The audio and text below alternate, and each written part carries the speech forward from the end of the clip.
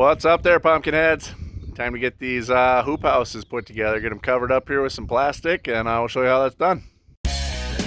You're watching Moby Mike Pumpkins on YouTube. Got some 3mm plastic sheeting, just stuff from Menards, 12 by 100. Got some wood lath. We got an air stapler. We'll just air staple that wood lath to hold the plastic on. We'll do a sheet over the top and then one on each end. And then we'll hold them on with these little plastic clips here. You can find these on Amazon or eBay or something like that. But anyway, they're made to make greenhouses out of little PVC things just like this. So we'll get to getting.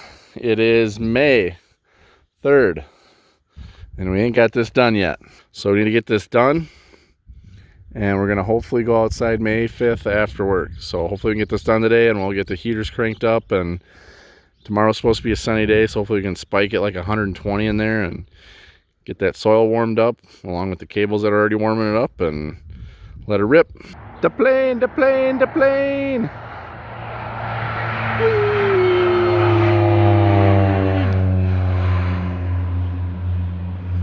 Trying to film and guys just ripping out here. What the heck? We got the finest staple gun here from Menards. You can see here, magnesium. Where's magnesium at? Epsom salts. Not manganese, magnesium. I always roll my eyes if someone needs manganese and someone says, put some Epsom salt on there. No, that's magnesium, not manganese. Jeez. All right, we got the hoops put together. Got them out here. I still need some more clips on here to hold them up, but we're just getting them roughed in here. We get them centered up with where we want the hole at and everything, and then we'll kind of shake them into the ground, get some dirt around the edges, kind of keep them airtight on the bottom. And then I got to find some, I know I got some rebar stakes. We'll put two probably 24-inch pieces of rebar on each side, pound it down, screw it to the shack so wind doesn't come up and slam these things out of here. So we'll get them staked down, and then we'll get some heaters in there and we'll just crank them up. It's starting to get kind of late today. I'm not going to get too much solar left today, but tomorrow I think it's supposed to be sunny. We'll just turn the heaters on full blast. Should be able to get over 120 in there during the day and just let her eat, get her heated up. Do the same on Friday while I'm at work and get home from work. Then we'll just vent them out, get them cooled down, and we'll get them transplanted in there. So might be gaining on Jim Ford. I might gain a day today. We'll see. I'm still 2 weeks behind probably. So all right, cut some rebar. We'll use that to stake down pumpkin shacks. These are just blazing hot from the chop saw. So we'll see if we can burn our hands and get them staked down. All right, I got one of the greenhouses kind of tucked in, and then like this rebar here, I was strapping it and screws just pulling through a strap. They're just too light. So I'll get some other ones. It's not going to be too windy here the next few days, so we'll run to Menards tomorrow or something, get some little better strapping material. And I'm going to get the heater in here, and then we'll move on to that one. All right, digging some crap out of the shed. We got our big old thermometer. We got our old grill thermometer. We stick one in the soil, one in the air. And extension cords, more clips, heaters. So remember, guys, when you're running electricity or running extension cords, you can melt these extension cords before you kick out the breaker. So be careful on running these heaters. So these will do 750 or 1500. If I do 1500 on two of them plus 150 on the heating cables, we're going to be way over and melt the extension cord. So remember, watts equals volts times amps. Or you can just see if your cord's melting. If it's melting, then go down a little bit. All right, children. We got our hoops up. I could maybe do a little trimming on there. We'll do that tomorrow, but got the heaters in there. They're on 750 watts. Let them rip. Get her hot. Hopefully it gets real hot in there tomorrow. Heat it up. That'll kind of let some of them bugs hatch too and stuff before we get in there. And plus the rye that we tilled in, some of it's probably like hanging on a little bit with its dear life. And then we cook that stuff and should be nice and dead. So anyway, we're going to leave the perimeter cover crop up here till maybe June or so. So just better on the biology of the soil, the aggregates, everything, to just not be tilling all the time. Everyone wants to be tilling all the time. You don't got to do that. We'll wait on that, and it'll be just a nice light till to kind of incorporate everything, and we'll go from there.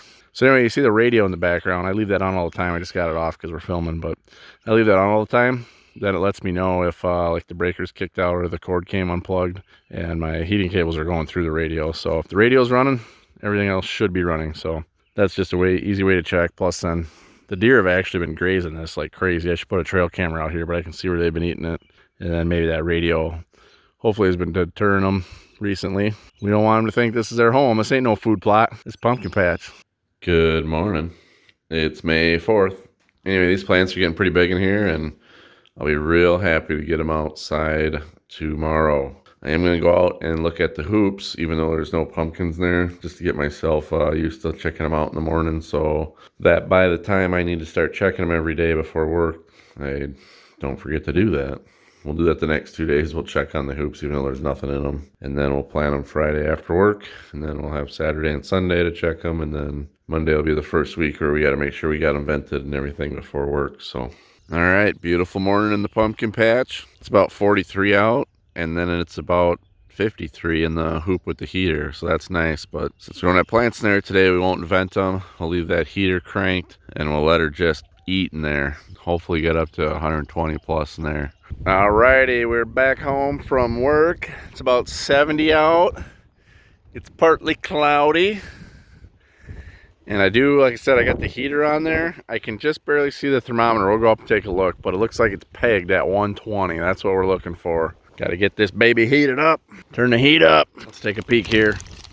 What we got? Oh yeah, she's pegged at 120. I just feel the heat burning out. That is what we want. Get her all heated up, get the soil heated up.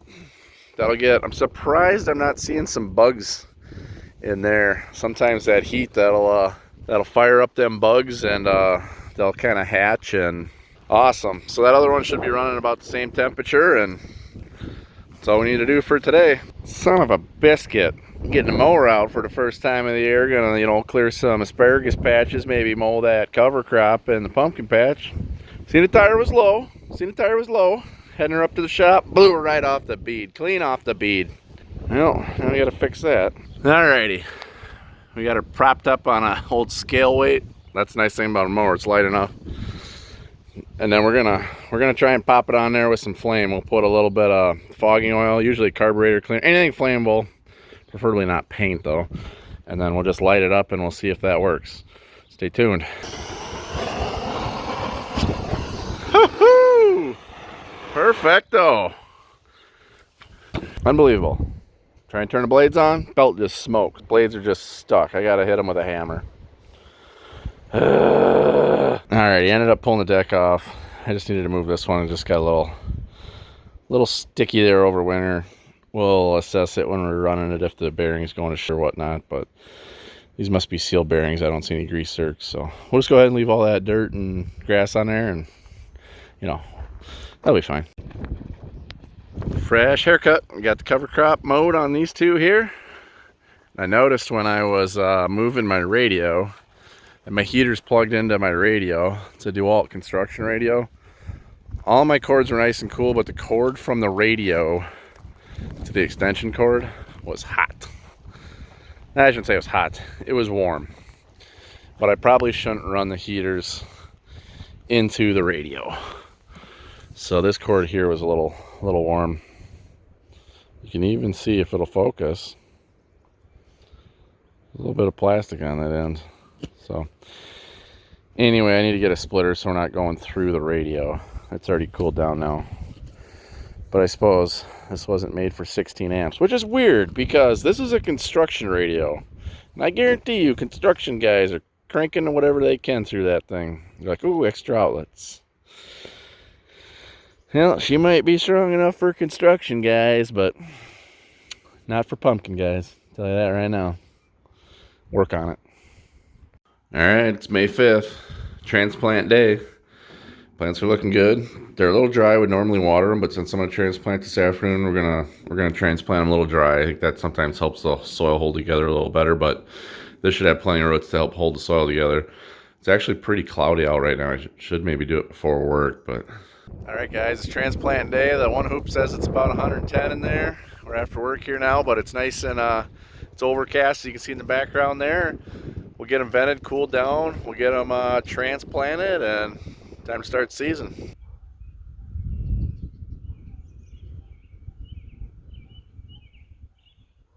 Protect the baby.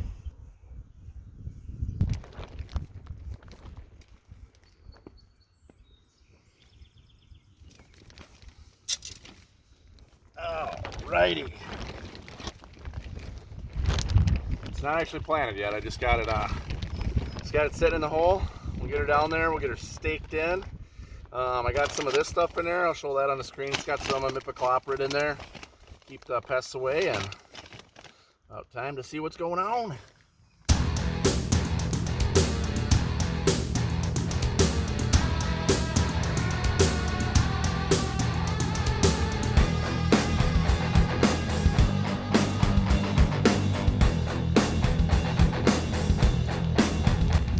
Oh, look at all them roots.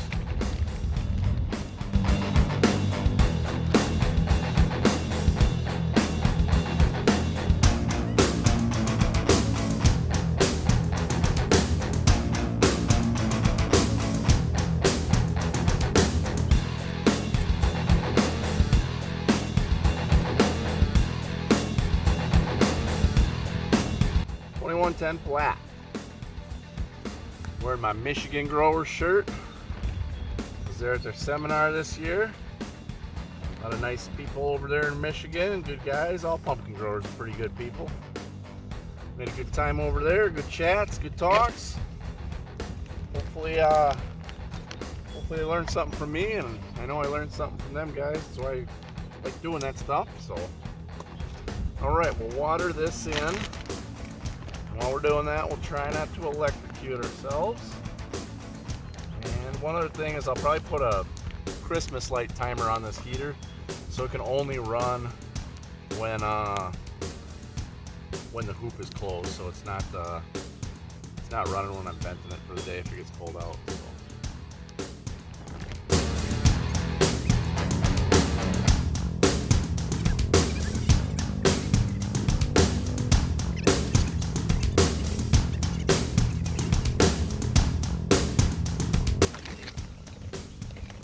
Put on our big boy pants. See if we can beat old Jim Ford here. Alright, so the other one I showed you afterwards, but so we got a pot here in the soil, and that's where our plant's gonna go. Basically just slides right in there. Kind of check the depth. That looks pretty good. Maybe brush some of this back. Then this soil is pretty moist, so feels a little cool, but we got the cables down there working, and it's just gonna be what it is. I'll grab some of that granular insecticide. We'll throw that in there, and then we'll bring that plant out and we'll plop her right in.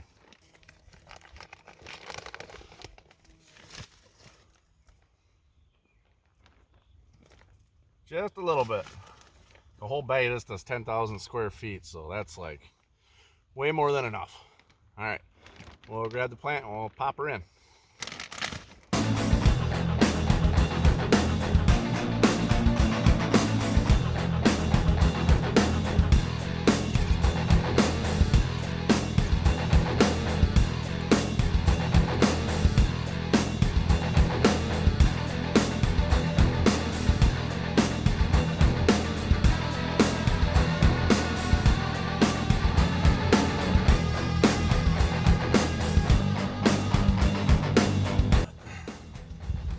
Is what it is. You get what you get, and you don't throw a fit. All right, water in, and about time for fish fry. It's Friday night, Wisconsin. You gotta get a fish fry.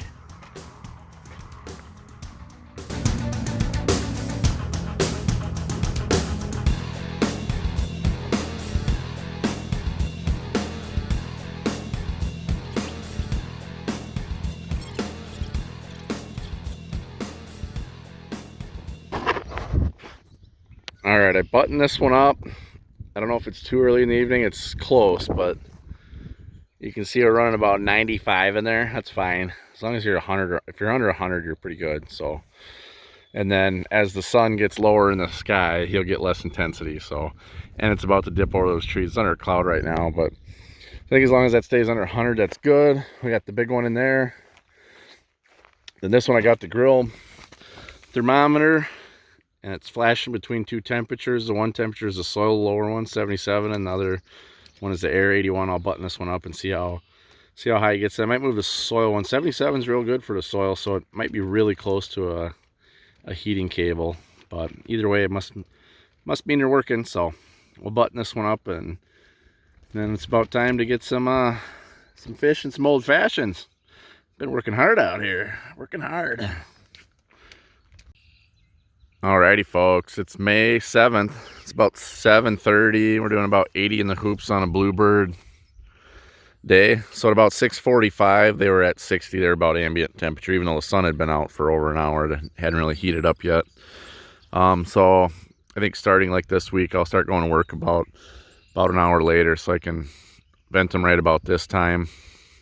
That'll prevent me from venting them when it's just a little cooler out. But this week is really nice. It's like at least mid 60s to 70s during the day, and like 50, maybe mid 40s at night. I mean, you hardly need a house for that. But you can see our other patch over there, how much taller it is than this one that we mowed. Still debating on the big pot. We got to get that made. And just having second thoughts on it, you know. It's like, is it going to be worth it, whatnot? But I do need to get, if I want to do the no-till thing, which I think is more of the experiment, I need to get this taller, and in 2 weeks that's going to be just awesome. It's going to be real tall. We'll knock that down. So I think I'll build the pot. I don't know if I'm going to build it as big as I think so, just to give the plant something to get a little bigger. And anyway, we'll get these vented here. We'll take a look at them, because I never looked at them yesterday.